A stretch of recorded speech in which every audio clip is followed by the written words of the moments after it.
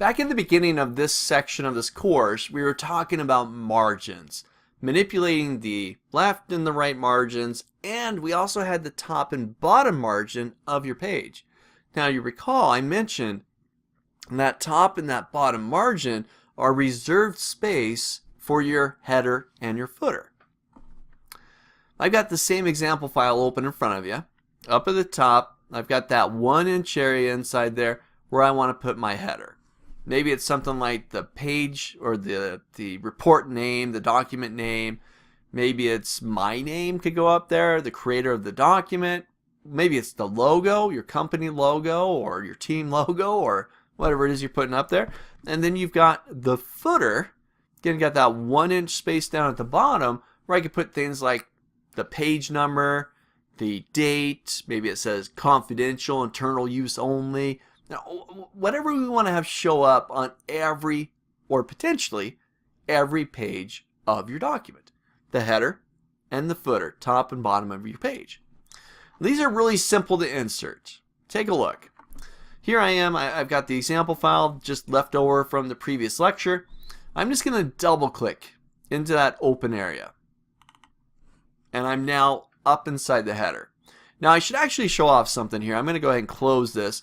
You'll notice I got a new tab called Header Footer Tools with the Design tab. I'm going to close it for just a moment. So I want to show something off here. Sometimes this happens to people and you get in here, it's like, nah, I don't know what you're talking about. I don't see that.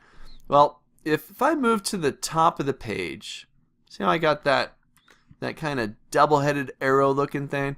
If I double click, it hides the header area and it hides the footer area.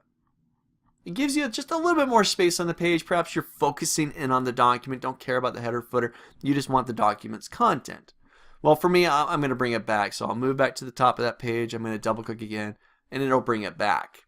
So it's something I want to show off because it happens by accident, and sometimes you get a document and it's like that, somebody's turned it off. No big deal, just double click again, get up there at the top, double-headed arrow, double click, and it'll bring it right back. Okay, enough of that. So again, I'm going to double click up there, top of my page into the header, and this opens up the design tools, and it's got all sorts of stuff that we could put into your header or even the footer. You got stuff like the date and time, document info, there's loads of stuff in here. We could put in the author's name, your name, the file path, which is great. If you ever print something out or somebody prints something out, it's like, oh, I found some errors in here, some typos or whatever. We need to go back and fix that. Where's that document at? Huh. Well, you can put the file path on there, and now everybody knows it's on the Z drive, it's in this folder, and so on. So you got all sorts of goodies in there you could bring in. Put in pictures in there, or you can just type. You just bang on your keyboard, you can place content into your header. So let's say, for example, I'm just going to say, this is my header, and I'm super excited about it.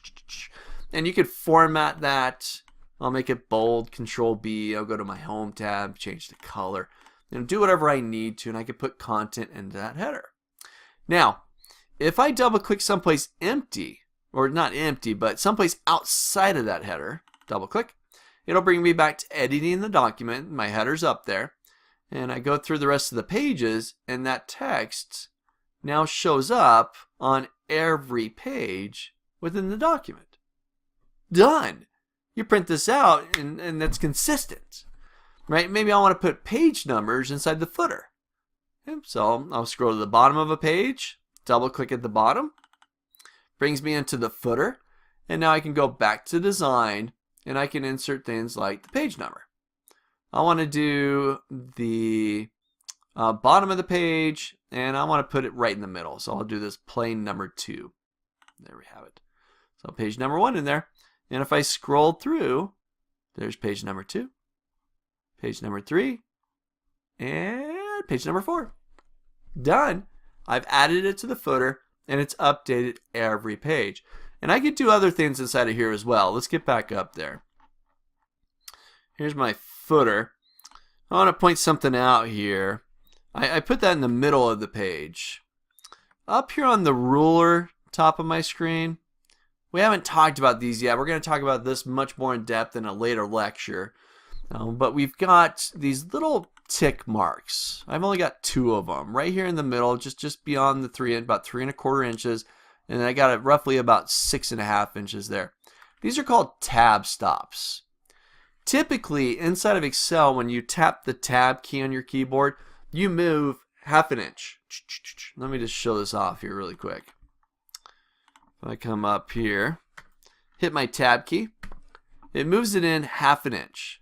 1/2 inch, 1/2 inch. Every time I hit the tab key, 1/2 inch. Well, these tab stops tell Word how far it should move and the alignment based on when you hit your tab key. So if I do this, if I click to the right of that number 1 and hit my tab key, again, normally it would take you 1/2 inch, but this time it's going to jump me all the way over to the side of the page. See how much further that was? It actually didn't go all the way over to that mark. I gotta imagine it's probably because I told it to put it in the middle of the page, keep that number there. Something about that there, but it did move me more than that half an inch typical movement. But it's all based on these markings that are happening inside the ruler. Now, if I want to put something over there, again, I tab over, and I'm just going to put my name. My name is super awesome, right?